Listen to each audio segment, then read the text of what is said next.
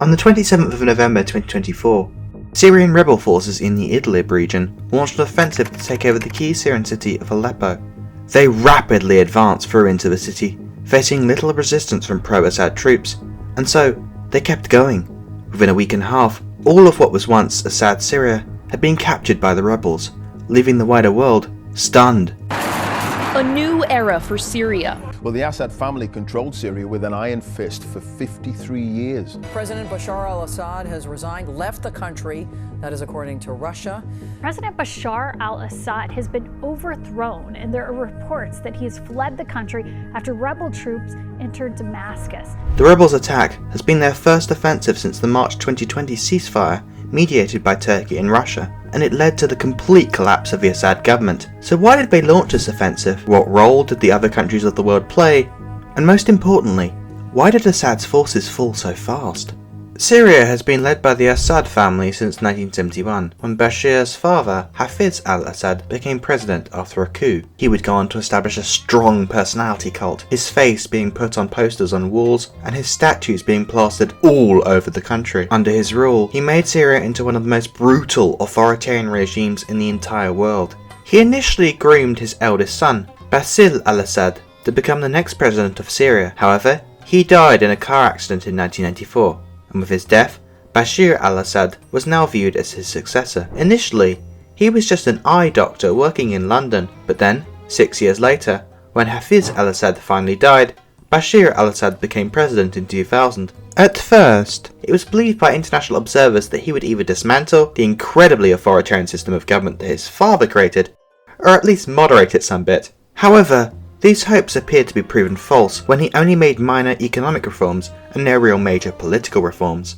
continuing on his father's oppressive regime. A decade later, in late 2010, protests soon turned to uprisings across Middle Eastern and North African countries, with some governments being outright overthrown, like in Tunisia and Egypt, and a full-blown civil war in Libya. Soon, protests would begin in Syria itself, and the government responded violently, opening fire on the protesters. From there, the protesters began to arm themselves and receive arms from other countries who didn't like Assad that much, and soon they began fighting back, leading to a civil war. At the start of the conflict, many thought that the young Syrian leader would soon back down, resign and flee the country, but instead he fought on, and soon called for help, causing some countries and groups to come and support him, with Hezbollah in Lebanon sending many troops, and Russia providing airstrikes, and Iran sending their own forces to assist him. But this was stepped up immensely when a new shadowy group from Iraq began pouring into Syria, taking gigantic amounts of territory. The group called themselves the Islamic State of Iraq and Syria, or ISIS. Their brutality and hatred for everyone led them to quickly lose the very territory that they once occupied.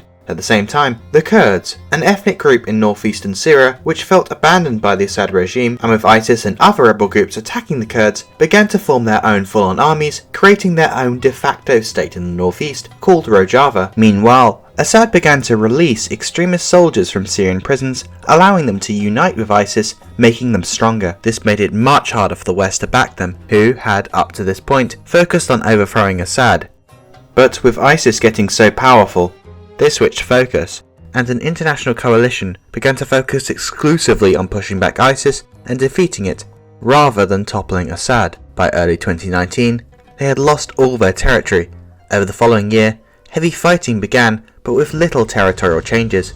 What followed was a ceasefire that held for 4 years, before the Assad government began using artillery to pound the rebels in Idlib province in 2024. And then, the rebels decided to launch their own offensive, and within just a few days, Assad had fallen. So which countries were behind this? Well, the West had urged restraint prior to this, but had attempted to topple Assad in the past. But it seems they are very happy over the outcome, yet, so far, they seem to have little to no involvement. Instead, the main winner here is Turkey, which had attempted to reach out to Assad in 2023 but received no real answer. Erdogan has had a long history of backing the Free Syrian Army, which is well known as basically a Turkish proxy, which has helped fight the Kurds, whom Turkey has a problem with due to his fears that Kurds in northern Syria are linked to terrorist Kurdish groups in Turkey, which are trying to create a Kurdish state there. Plus, Turkey has been housing millions of Syrians within its borders, and so to have a Syria that is without Assad, and hopefully therefore a more peaceful situation there, it can relieve its pressure of having so many Syrian refugees there and begin transferring Syrians back to Syria. As for the Arab countries, most tried to engage with Assad and largely tried to move on from trying to remove him in the past. It's currently unclear if they did get involved, but evidence now is that many were reached out to by Assad but ignored his request and let the situation play out. But many policymakers in those exact Arab countries are now concerned with what happens next.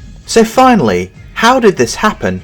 Well, there are many different factors. First, Assad chose to withdraw his troops rather than fight at the start. This led to severe demoralization as Syria's second largest city fell to the rebels with no fight whatsoever. Another factor is Assad's allies, with Hezbollah being decimated in Lebanon by Israel and Iran being engaged in a full-scale struggle with Israel as well. It only really meant that Russia could save him. The only problem with that is that most Russian troops had left in late 2022 and early 2023 as the Ukraine war dragged on and on, lasting way longer than President Putin first envisioned. At the same time, geography played a major factor. At the start of the offensive, the rebels in the south, who had most of their funding and weapons from Arab countries, had their support dramatically reduced as Arab countries began to believe mistakenly that Assad was never going to be overthrown. And so, they signed a ceasefire agreement with the government, but when the rebels in the north began to overwhelm Assad, they broke the agreement and rapidly took the south. At the same time, in the east, rebels backed by the US also began to march south towards Damascus as the rebels in the north poured down to reach there. This meant that Assad's strongholds were getting attacked on all fronts. They also used the ceasefire to make new better weapons to help crush Assad, using their time effectively. Finally, the rebels in the north